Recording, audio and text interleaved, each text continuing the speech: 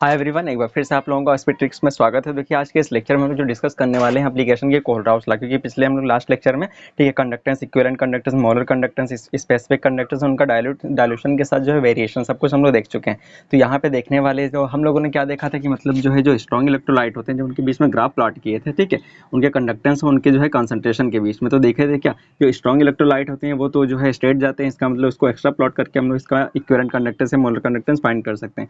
लेकिन जो weak acid होते थे देखे थे हम लोग क्या वाई एक्सिस के पैरेलल हो जाते हैं, इसका मतलब इसको मेजर करना जो है पॉसिबल नहीं है, जिसको हम लोग क्या करते हैं with the help of the Kohlrausch law measure करते हैं। तो सबसे पहला एप्लीकेशन यही है, जो वीक एसिड होते हैं उनके इक्विवेलेंट कंडक्टेंस या मोलर कंडक्टेंस को हम लोग फाइंड कर सकते हैं। तो देखिए इसको किस तरीके से फाइंड करना है तो देख लेते हैं। मान लेते हैं कोई वीक एसिड है, जैसे कि CH3 है, COOH। तो वीक एसिड मैंने क्या बताया था, ऐसे एसिड होते हैं जो कि क्या होते हैं, पार्शियली ही डिसोसिएट होते हैं। अगर 10 मोल डिसोल्व किए जाए तो पता चला 2 मोल 3 मोल ही घुले, बाकी जो है सबके सब इसमें पड़े हुए हैं। तो जैसे जैसे हम लोग डाइल्यूशन करते जाते हैं, वाटर या सॉल्वेंट जो भी ले मान लेते हैं, सॉल्वेंट कोई भी है तो उसका अमाउंट अगर बढ़ाते जाएं, अगर उसको बढ़ाते जाएं तो क्या होता है, ये डिजोल्व होना शुरू हो जाते हैं, ठीक है।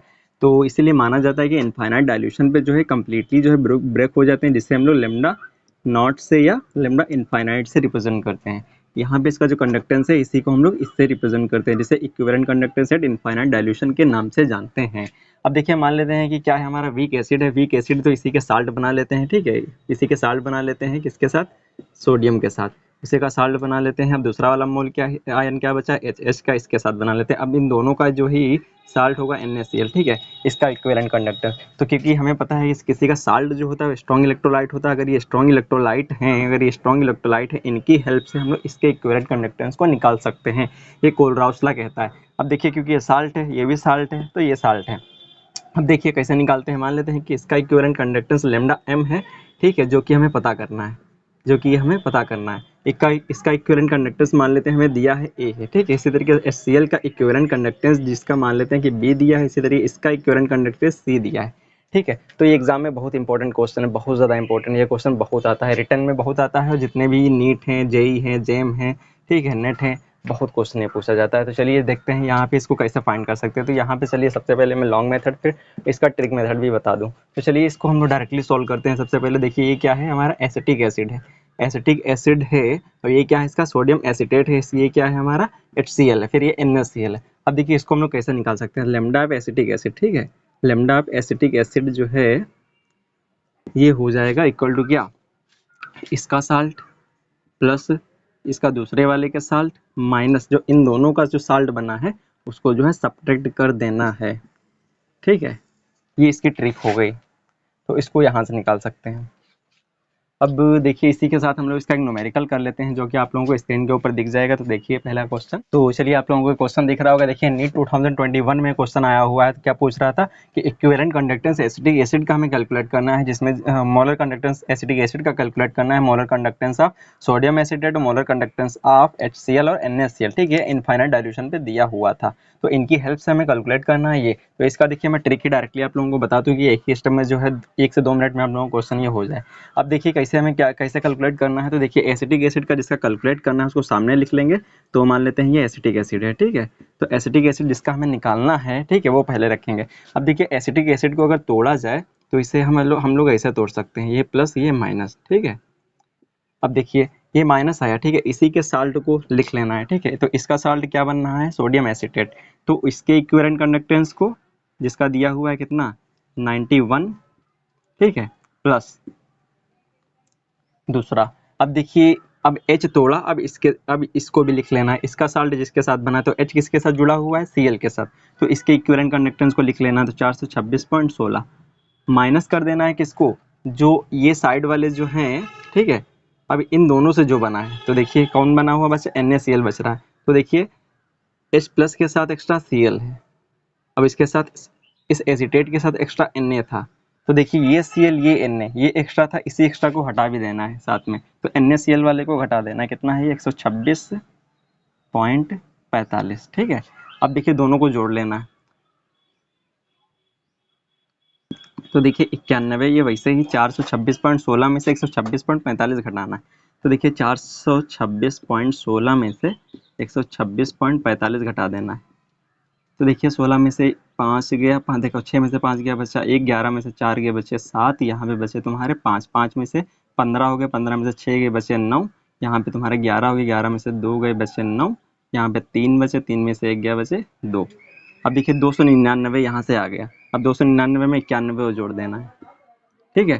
तो यहाँ पे 0.71, एक 9 10 का 0, 9 9 18 1 19, ठीक है, 2 1 3, तो 390.71 आ जाएगा, दोनों को जोड़ के कितना आ जाएगा ये 390.71 Simon centimetre square mole inverse. तो यूनिट का जो है खास ध्यान रखें, ये जो है सिंपली आंसर आ जाएगा, सिंपल ये आसान है, ठीक है। तो चलिए एक अगला क्वेश्चन आप लोगों को स्क्रीन पे दिख रहा होगा, देखिए IIT जेम 2011 में आया हुआ क्वेश्चन है। देखिए इसमें ट्रांसपोर्ट नंबर पूछा है, लेकिन मैं आप इसका आधा क्वेश्चन ही लगाऊंगा जो अभी तक हम लोगों ने पढ़ा है, ठीक है। ट्रांसपोर्ट नंबर जिसे मैं आप लोगों को बता दूंगा, उसके बाद ये क्वेश्चन जो है दूसरा टाइप का फिर से हम लोग देखेंगे। तो देखिए, तो सबसे पहले इसमें दिया क्या, देखिए मोलर कंडक्टेंस दिया हुआ है बेरियम क्लोराइड का, मोलर कंडक्टेंस KCl का, K2SO4 का दिया हुआ, बेरियम सल्फेट का निकालना है जो कि हमारा एक वीक एसिड है, ठीक है। तो अब यहाँ से देखेंगे इसको किस तरीके से हम लोग कैलकुलेट कर सकते हैं।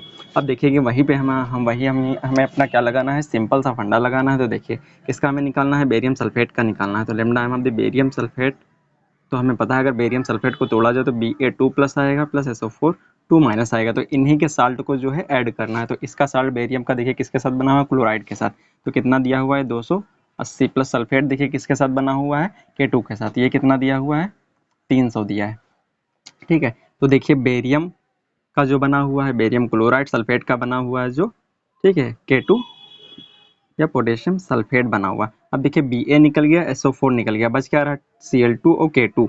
तो देखिए Cl2 K2 में अगर कॉमन लिया जाए तो 2KCl हो जाएगा, इसका मतलब यहाँ से 2 ही सब्ट्रैक्ट भी करना पड़ेगा क्योंकि 2 आइस इनके आ रहे हैं, क्योंकि ये मोलर कंडक्टेंस है, इसका मतलब इसके जो है कॉफिशिएंट से मल्टीप्लाई भी करना पड़ेगा। तो इसकी इसी वाले को घटा देना है, इसके मोलर कंडक्टेंस कहाँ गया KCl वाले का 150 जो दिया है। अब देखिए बस क्या करना है, तो देखिए 150 दूना 300, ये तो ठीक है ऐसे ही हो रहा है, कट गया तो 280 यहाँ से आ जाएगा, ठीक है। तो ये 280 जो है Simon centimetre square mole inverse यहाँ से कैलकुलेट हो जाएगा, ठीक है। तो ये क्लियर हो गया होगा। तो देखिए इसका एप्लीकेशन हम नंबर 2 देखने वाले हैं। दूसरा क्या कह रहा है, डिग्री ऑफ डिसोसिएशन कैलकुलेट कर सकते हैं with the help of the Kohlrausch law. अब देखिए डिग्री ऑफ डिसोसिएशन मैंने आप लोगों को पहले भी बता दिया, तो फिर से एक बार देख ले। तो मान लेते हैं कि टोटल हम लोग 10 मोल डाले हुए हैं, अगर 10 में से जितने 8 डिजोल्व हो गए हैं, 10 में से 9 डिजोल्व हो गए, 7 डिजोल्व हो गए, तो जितना पार्ट ये डिजोल्व हो जाता है, जितना पार्ट आयंस में ब्रेक हो जाता है, वही इसका डिग्री ऑफ डिसोसिएशन कहलाता है, ठीक है। इसके आयनन या वियोजन की मात्रा कहलाती है। अब देखिए तो इसको हम लोग कैसे फाइंड करेंगे, तो देखिए इसको हम लोग एक देखिए, तो यहाँ पे हम लोग जान लेते हैं कि मोलर कंडक्टेंस और इक्विवेलेंट कंडक्टेंस के टर्म में देख लेते हैं कि इसको किस तरीके से फाइंड कर सकते हैं। तो देखिए अल्फा इक्वल टू होता है हमारा क्या, तो molar conductance at infinite dilution, ठीक है, और molar conductance at a particular concentration, ठीक है। ये हमारा फार्मूला कैलकुलेट करने का होता है डिग्री ऑफ डिसोसिएशन। अब देखिए इनफाइनाइट डाइल्यूशन मतलब क्या, क्योंकि हम लोग मानते हैं कि जो इनफाइनाइट डाइल्यूशन पर जो कंडक्टेंस होता है वो फुल होता है। जैसे कि क्या था 10 जो थे, 10 में से पहले 8 ही डिजोल्व हुए थे, 8 ही डिजोल्व हुए थे, उस समय जो है कंडक्टेंस जो होगा, ठीक है, वो काफ़ी कम होता है। तो मान लेते हैं कि उस समय जो कंडक्टेंस है लेमडा एम है, इस समय मेजर किया गया कंडक्टेंस लेमडा एम है, लेकिन जब डाइल्यूशन करते जाते हैं, सॉल्वेंट बढ़ाते जाते हैं, तो पता चलता क्या है 10 के 10 डिजोल्व हो जाते हैं, 10 के 10 भी डिजोल्व हो जाते हैं। उस समय जो मोलर कंडक्टेंस होता है उसे equivalent conductance at infinite dilution या molar conductance at infinite dilution बोलते हैं, ठीक है। इसका मतलब टोटल अमाउंट में से टोटल कंडक्टेंस का जितना कंडक्टेंस होता है, ठीक है, उसकी हेल्प से भी हम लोग अल्फा को फाइंड कर सकते हैं। तो ये आप लोगों को सीधे सीधे याद रखना है। तो इक्विवेलेंट के टर्म में देखें तो lambda E Q eight infinite dilution lambda E Q eight particular concentration, ठीक है, ये फार्मूला हो जाता है। तो चलिए इसको हम लोग ज़्यादा अच्छे से एक्सप्लेन कर लेंगे with the help of the example. तो देखिए आप लोगों को स्क्रीन के ऊपर क्वेश्चन दिख रहा होगा, तो क्या कह रहा है, molar conductance of 0.01 molar solution, तो कंसंट्रेशन कितना दिया हुआ है कि 0.01 मोलर, ठीक है, कंसंट्रेशन दी हुई है। Of acetic acid was found to be इतना, तो मोलर कंडक्टेंस कितना दे रहा है, किसका, एसिटिक एसिड का। इस कंसंट्रेशन के एसिटिक एसिड का जो मोलर कंडक्टेंस है वो हमें दे रखा है 16.30 into 10⁻⁻⁴ siemens metre square mole inverse, ये दे रखा है at 25 degree centigrade. The molar ionic conductance of hydrogen and acetate ions at infinite dilution पे इतना इतना दे रखा है। तो कह रहा है मोलर कंडक्टेंस जो है, ठीक है, ये भी मोलर कंडक्टेंस था। अब मोलर कंडक्टेंस किसका, हाइड्रोजन आयन का, molar conductance of acetate ion का, वो भी इनफाइनाइट डाइल्यूशन पे कितना कितना दे रखा है 349.8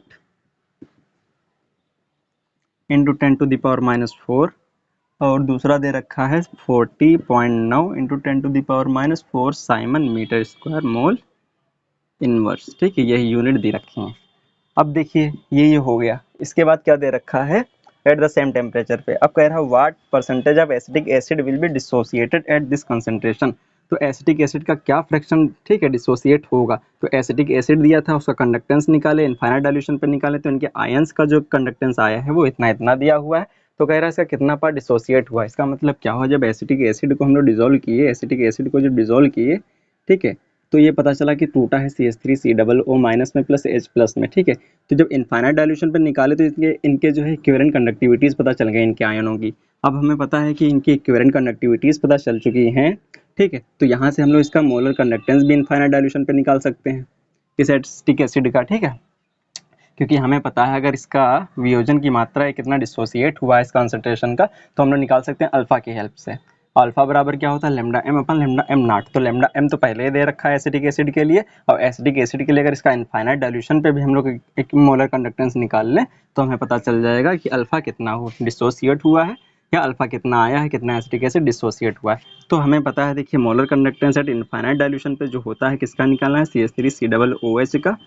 तो ये कोलराउस लॉ सबसे पहले क्या कहता था, किसी का भी इक्विवेलेंट कंडक्टेंस अगर ये मोलर कंडक्टेंस निकाल रहे हैं तो उनके आयंस जो होते हैं, उनके जो आयंस होते हैं उनके, ठीक है, आयनिक कंडक्टिविटीज़ के सम के बराबर होता है। तो ये कुछ ऐसा निकाल सकते हैं जो कि हम लोग सबसे पहले देखे थे। क्योंकि जैसे मैंने क्या बताया था, NaCl बताया था ना, तो कैसे टूटता है, Na plus plus Cl minus. तो इसका जो है NaCl का जो मोलर कंडक्टेंस हम लोग निकालेंगे इनफाइनाइट डाइल्यूशन पे, तो lambda of Na plus plus lambda of Cl minus. ठीक है, ये कुछ ऐसे ही बताया था। इसका मतलब क्या, इनके आयंस के जो कंडक्टिविटीज़ होंगे, मोलर कंडक्टेंस होंगे, उन्हीं के सम के बराबर होता है। तो यहाँ से यही निकाल सकते हैं जो कि दिया हुआ है।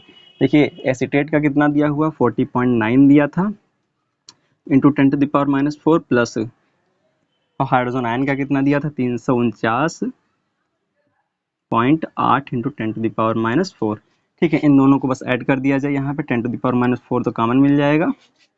अब देखिए 349.8 में अगर जोड़ दिया जाए 40.9, अब देखिए 8 9 17, 9 1 10 का 0, 4 4 8 1 9 3। ठीक है, 390.7 आ जाएगा यहाँ से, 390.7। ठीक है, तो यहाँ से लेमडा एन 0 आ चुका है। अब देखिए यहीं पे रख दिया जाए इनके मान। अब देखिए लेमडा एम 0 पता है कितना आया है, 390.7 गुणे 10⁻⁻4, इसकी यूनिट रखेंगे। ऊपर लेमडा एम कितना आया है, दिया हुआ है पहले से 16.30 इंटू 10⁻⁴, इसकी भी सेम यूनिट, यूनिट इसकी कैंसिल हो जाएंगे। अब इसको बस डिवाइड कर लेना, 10⁻⁴ से 10⁻⁴ कैंसिल। अब देखिए 16.3 को डिवाइड करना है 390.7 से, तो इसको सॉल्व कर लेना, ये आ जाएगा लगभग 0.0417।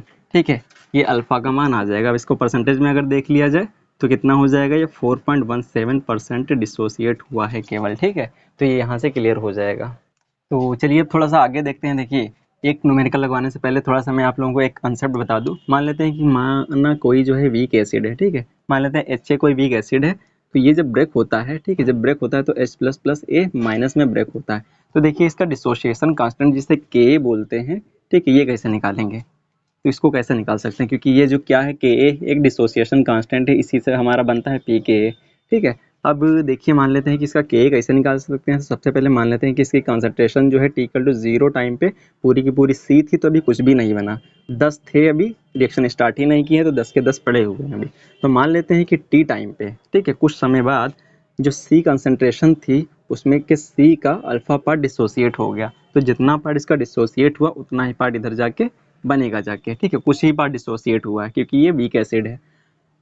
अब देखिए स्ट्रॉन्ग एसिड में क्या अंतर होता है, जैसे NaCl था Na plus plus Cl minus में अगर टूटता है तो हमें पता है अगर T=0 पे इस पे 5 मोल पड़े हुए हैं, तो T पे पाँचों के पाँचों खत्म होंगे, 5 ये बनेंगे, 5 ये बनेंगे, ऐसा हो जाता है। लेकिन यहाँ ऐसा नहीं होता है। जैसे कि इसके 5 मोल पड़े थे तो कुछ समय बाद होगा क्या, इसके 5 में से जो है 5 में से कुछ ही पार्ट जो है डिसोसिएट हो जाएगा। ठीक है, तो 5 में से 5 का पता चला कि आधा पार्ट डिसोसिएट हुआ, यही आधा इधर इधर बनेगा जाके, ठीक है। यही चीज़ हम लोग यहाँ करने जा रहे हैं।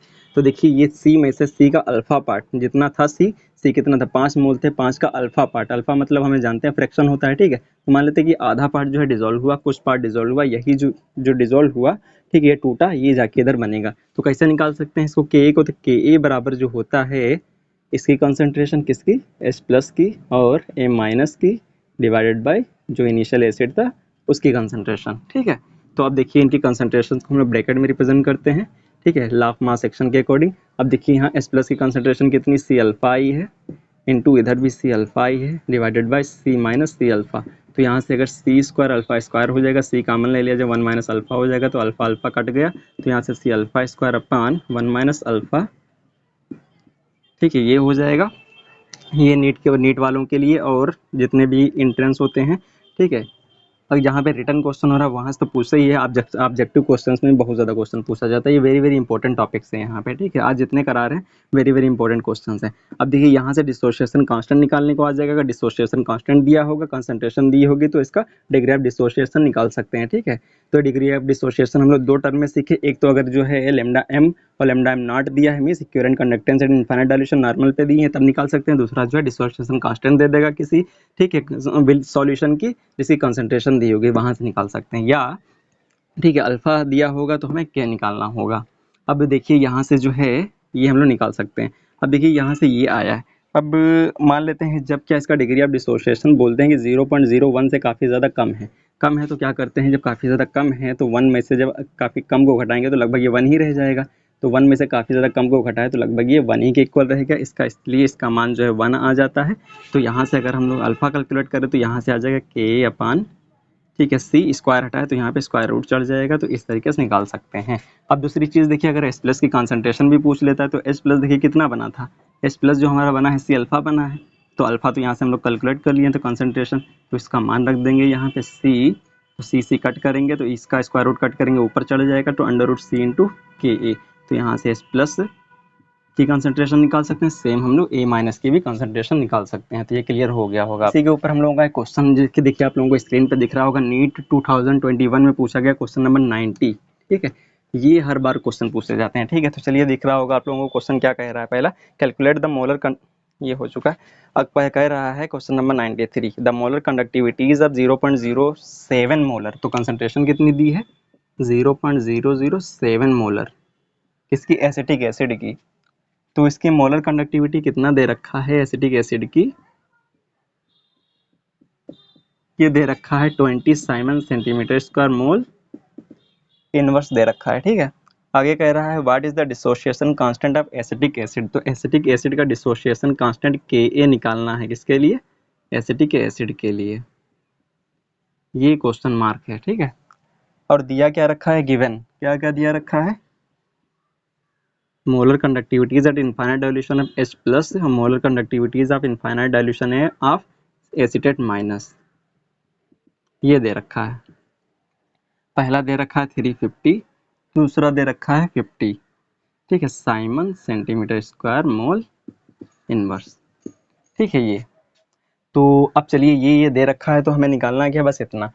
अब देखिए डिसोसिएशन कांस्टेंट के ए निकालने के लिए हमें पता है कि फार्मूला अभी हम लोग देख के आए हैं, के ए इक्वल टू तो हमारा C alpha square upon 1 minus alpha, ये हम लोग देख के आए हैं। इसका मतलब हमें अल्फा पता होना चाहिए। तो अल्फा कैसे निकालेंगे, तो अल्फा के लिए हमें पता है लेमडा एम नॉट और लेमडा, ठीक है, ये अल्फा निकाल सकते हैं। जैसे ही अल्फा पता चला, क्योंकि हमें एक मोलर कंडक्टेंस दे रखा है और दूसरा निकालने की उसके आयंस की हिंट दे रखी है, तो इसका मतलब जो CH3COO इसको हम तोड़ेंगे, CH3COO जो टूटेगा तो हमें किस में टूटेगा, CH3COO माइनस में प्लस H प्लस में, ठीक है। तो इनफाइनाइट डायल्यूशन पे हमें पता है इसकी जो मोलर कंडक्टिविटी होती है, इसकी मोलर कंडक्टिविटी इसके आयंस जो होते हैं उनकी कंडक्टिविटी इसके सम के इक्वल होता है। तो CH3COO माइनस इनफाइनाइट डायल्यूशन पे प्लस H प्लस की कंडक्टिविटी। तो चलिए लेमडा में पता चल गया है इनफाइनाइट डायल्यूशन पे एसिटिक एसिड के लिए। तो ये दे रखा है 350 प्लस 50 कितना हो जाएगा, ये 400 हो जाएगा, तो यूनिट वही रहेगी। लेमडा एम भी पता चल गया, लेमडा एम नॉट पता चल गया, लेमडा एम दिया रखा है तो अल्फा निकला है यहाँ से। तो देखिए अल्फा निकाल सकते हैं, टोटल कितना 400 दिया हुआ है, तो अल्फा कितना 20 दिया हुआ है, एक जीरो से एक जीरो कैंसिल, 1 अपान कितना हो जाएगा 20 हो जाएगा यहाँ से, ठीक है। तो अल्फा ये आ गया। अब देखिए उस फार्मूले में रख देते हैं चल के, कहाँ गया के, तो देखिए एसिडिक एसिड के लिए यहीं से के निकाल लिया जाए, तो वही चीज़ है, इसको हम लोग थोड़ा इरेज कर देते हैं। तो देखिए स्टार्टिंग में सी कंसंट्रेशन है जो कि दे रखी इतनी है, तो मान लेते हैं कि शुरू में कुछ भी नहीं बना, टी टाइम पे मान लेते हैं कि सी में से सी का अल्फा चला गया, तो ये सी का अल्फा इधर बना, सी का अल्फा इधर बना, तो डिसोसिएशन कांस्टेंट के बराबर हमारा C alpha square upon 1 minus alpha, यही कैलकुलेट करते हैं, यहीं पर रख दो इसको बस। तो कंसंट्रेशन कितनी 0.07 दे रखी है, अल्फा हम लोग निकाल चुके हैं 1/20, तो इसका स्क्वायर है तो 1/20 20 कर देंगे अपन 1 माइनस। अब देखिए अल्फा नीचे कैंसिल क्यों नहीं कर सकते, अल्फा का मान आया है 0 पॉइंट कितना, अब देखिए इसको काटा जाए तो 0.05 आया है, ठीक है।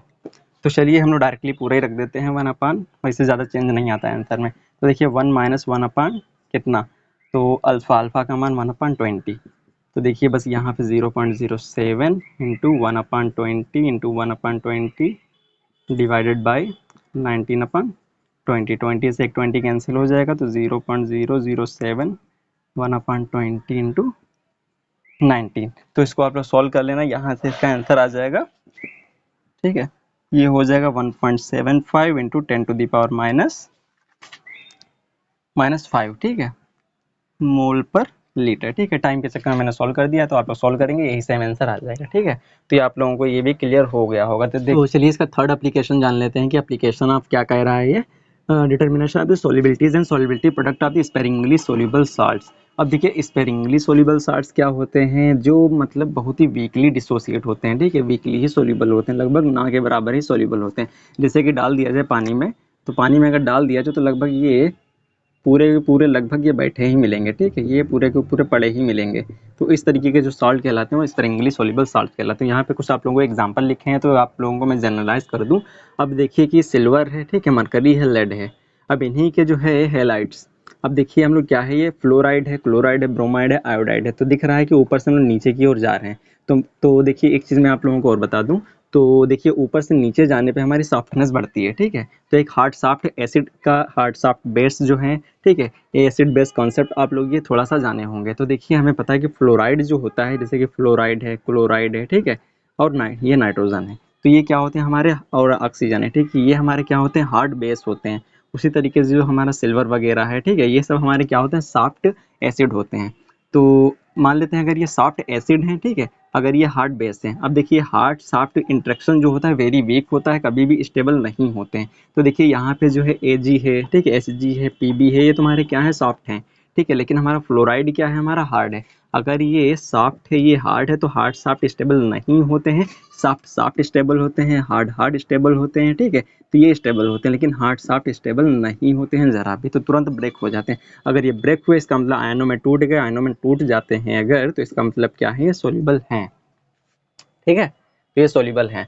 अगर ये तुम्हारे क्या है, नीचे जाने पे दिख रहा है ये सॉफ्ट तो है ही, इनकी सॉफ्टनेस बढ़ रही है, सॉफ्टनेस बढ़ रही है, इसका मतलब इंटरेक्शन भी बढ़िया बढ़ रहा है, तो ये स्टेबल है। अगर ये स्टेबल हैं तो ये जल्दी ब्रेक नहीं होंगे। इसका मतलब क्या है, इनकी सॉफ्टनेस डाउन द ग्रुप जो है इंक्रीज करती जाती है। ये क्या होते हैं, ये सब के सब हमारे क्या कहलाते हैं, स्पेरिंगली सोल्यूबल साल्ट्स कहलाते हैं, स्पेरिंगली सोल्यूबल साल्ट्स कहलाते हैं। तो इसको कई कंसेप्ट के आधार पर जो एक्सप्लेन किया जा सकता है इस चीज़ को। अब देखिए यहाँ पे क्या है, ये सब स्पेरिंगली सोल्यूबल साल्ट्स होते हैं। अब देखिए इन्हीं की सोल्युबिलिटीज़ जो है निकालना काफ़ी टफ होता है, तो इनको हम लोग निकाल सकते हैं with the help of the Kohlrausch law. तो हमें पता है क्या, हम जानते हैं कि जब हम लोग मोलर कंडक्टेंस निकाले थे, मोलर कंडक्टेंस बराबर K into 1000 divided by N, ठीक है, ये हम लोग निकाल के आए थे यहाँ पे। अब देखिए तो यहाँ पे तो हमें इक्वेशन, इसको अगर 1 डाल दें हम लोग, तो देखिए अब हमें पता है कि सोल्युबिलिटी क्या होती है। सोल्युबिलिटी का मतलब क्या है, अगर हम लोग 1 लीटर या 5 लीटर पानी ले लें, 5 लीटर पानी में 2, ठीक है, ग्राम चीनी डाल दें, तो देखिए 2 ग्राम चीनी डालने पे तो हमें पता चलेगा कि चीनी जो है पूरी की पूरी डिजोल्व हो गई। तो मान लेते हैं टेम्परेचर कितना 25, एक पार्टिकुलर फिक्स टेम्परेचर होना चाहिए, क्योंकि हमें पता है सोल्युबिलिटी क्या होती है, टेम्परेचर के साथ वेरी करती है। जैसे कि शक्कर को जो घोलना शुरू करते हैं, तो हलवाई लोग क्या करते हैं, जब चीनी को डिज़ोल्व करते हैं तो उसको जो है आग पे चढ़ा देते हैं, जिसकी वजह से वो जो है जल्दी घुल जाती है। तो इस वजह से टेम्परेचर का इसके ऊपर इफेक्ट होता है। तो देखिए 2 ग्राम को डिज़ोल्व करेंगे तो पूरी की पूरी डिज़ोल्व हो जाएगी। तो ये इसकी जो है, जो भी आंसर आएगा तो ये इसकी सॉल्युबिलिटी हो जाएगी। चलिए इसको हम लोग मान लेते हैं 10 मान लेते हैं लीटर, ठीक है, तो 0.2 ग्राम पर लीटर ये इसकी सॉल्युबिलिटी कहलाए। तो सॉल्युबिलिटी का मतलब क्या होता है, पार्टिकुलर टेम्परेचर पे जितना भी अमाउंट डिजोल्व किया जाए उसमें डिजोल्व हो जाए, वही उसकी क्या कहलाती है, सॉल्युबिलिटी कहलाती है। इसका मतलब हम बोल सकते हैं, इसका मतलब बोल सकते हैं कि हर एक पार्टिकुलर कॉन्सेंट्रेशन ही सोलिबिलिटी कहलाती है। इसका मतलब नॉर्मेलिटी भी एक तरीके की कॉन्सेंट्रेशन है, कॉन्सेंट्रेशन है उसको सोलिबिलिटी मान सकते हैं, ठीक है। तो इसका मतलब अगली इक्वेशन में इसको हम लोग रिप्लेस कर सकते हैं, रिप्लेस कर सकते हैं एस से, ठीक है। सॉल्युबिलिटी क्या है, एक तरीके की कंसंट्रेशन होती है। अब हमें पता है कि जितने भी स्पेरिंगली सोल्यूबल साल्ट्स होते हैं ये तो नॉर्मल अमाउंट में तो डिसॉल्व हो गए नहीं। इसका मतलब क्या हुआ कि हमें क्या करना पड़ेगा, जो अमाउंट जो होगा सॉल्वेंट का वो बहुत ज़्यादा एक्सेस में लेना पड़ेगा। तो लगभग जो एक्सेस अमाउंट जो होता है, एक्सेस अमाउंट होता है उसी पे हम लोग बोलते हैं इसके इनफाइनाइट डाइल्यूशन है। तो उस समय उसके जो उसका जो कंडक्टेंस होता है वो उसका molar conductance at infinite dilution कहलाता है। इसका मतलब एट इनफाइनाइट डाइल्यूशन पे डिसॉल्व होते हैं। चूंकि हम क्या लिख सकते हैं कि स्पेरिंगली सोल्यूबल साल्ट जो है लार्ज अमाउंट में डिसॉल्व होते हैं, एक्सेस अमाउंट में डिसॉल्व होते हैं सॉल्वेंट के। इस वजह से उस समय जो कंडक्टेंस होगा वो molar conductance at infinite dilution या equivalent conductance at infinite dilution कहलाएगा। इसका मतलब लैम्डा एम को लैम्डा एम 0 से रिप्लेस कर सकते हैं ये पॉइंट लिखने के बाद।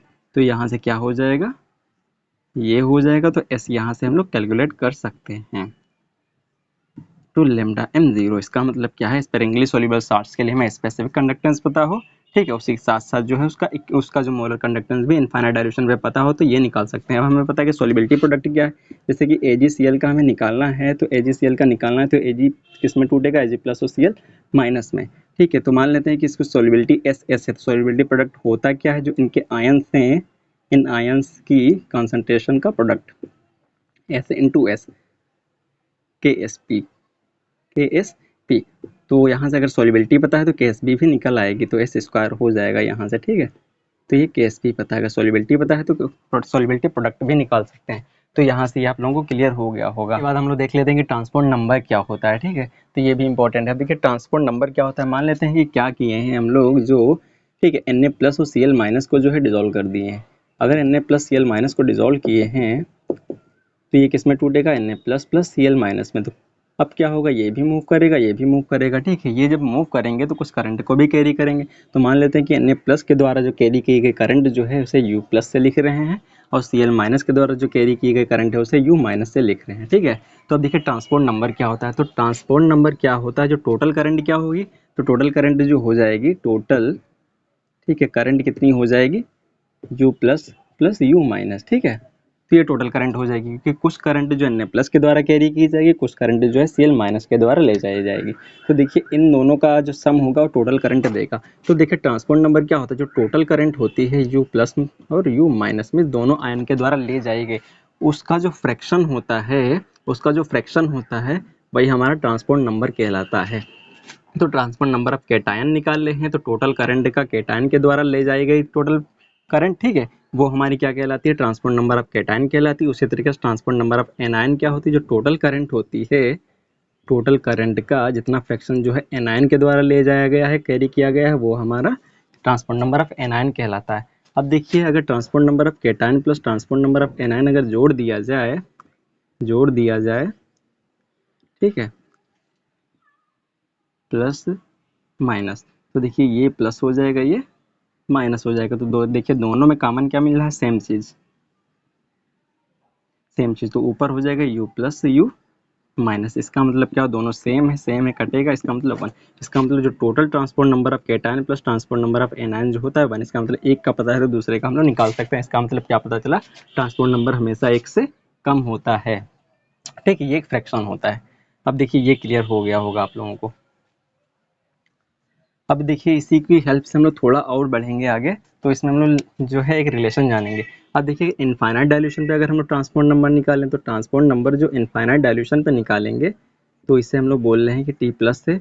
तो यहाँ पे जो कंडक्टिविटीज़ हम मान ले रहे हैं कि जो स्पीड है वो, ठीक है, केटायन की इनफाइनाइट डाइल्यूशन पे, उसी तरीके से ये भी क्या हो जाएगी एट इनफाइनाइट डाइल्यूशन पे इनकी कंडक्टिविटीज़ आयन की, ठीक है, आयन की कंडक्टिविटीज वो भी इनफाइनाइट डाइल्यूशन पे, ये लिख सकते हैं।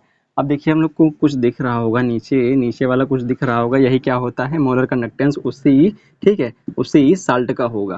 तो ये क्या हो जाएगा, तो ये हो जाएगा मोलर कंडक्टेंस हो जाएगा उसी साल्ट का। तो इसका मतलब क्या यहाँ से निकला, जो उस आयन की आयनिक कंडक्टिविटी होगी इनफाइनाइट डाइल्यूशन पे, अगर ट्रांसपोर्ट नंबर भी उसके आयन का पता है इनटू ये क्या है, इसे लेमडा एम इससे लिख सकते हैं, ठीक है।